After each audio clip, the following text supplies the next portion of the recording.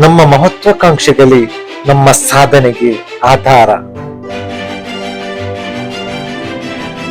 ಸಮಸ್ಯೆಗಳನ್ನು ನೋಡಿ ಭಯಪಡಬೇಡಿರಿ, ಅವು ನಿನ್ನನ್ನು ಸಾಧಕನನ್ನಾಗಿ ಮಾಡುತ್ತದೆ.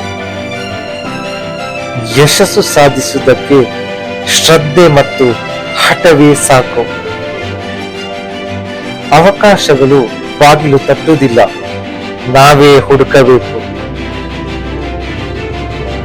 ಬದುಕು ಎಂದರೆ ನಿರಂತರ ಪ್ರಯತ್ನ ಮತ್ತು ಪ್ರಯತ್ನಗಳಲ್ಲಿ ಹಾರುವ ಹಾರಾಟ.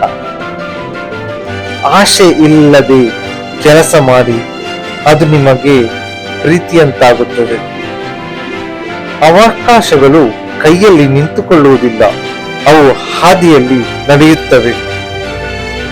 ಬದುಕಿನ ಪ್ರತಿಯೊಂದು ಹಂತದಲ್ಲಿ ನಾವು ಹೊಸತನ್ನು ಕಲಿಯಲು ಇಚ್ಛಿಸುತ್ತೇವೆ. ಸಮಯವನ್ನು ಸರಿಯಾಗಿ ಬಳಸಿದರೆ ಯಶಸ್ಸು ನಿಶ್ಚಿತ.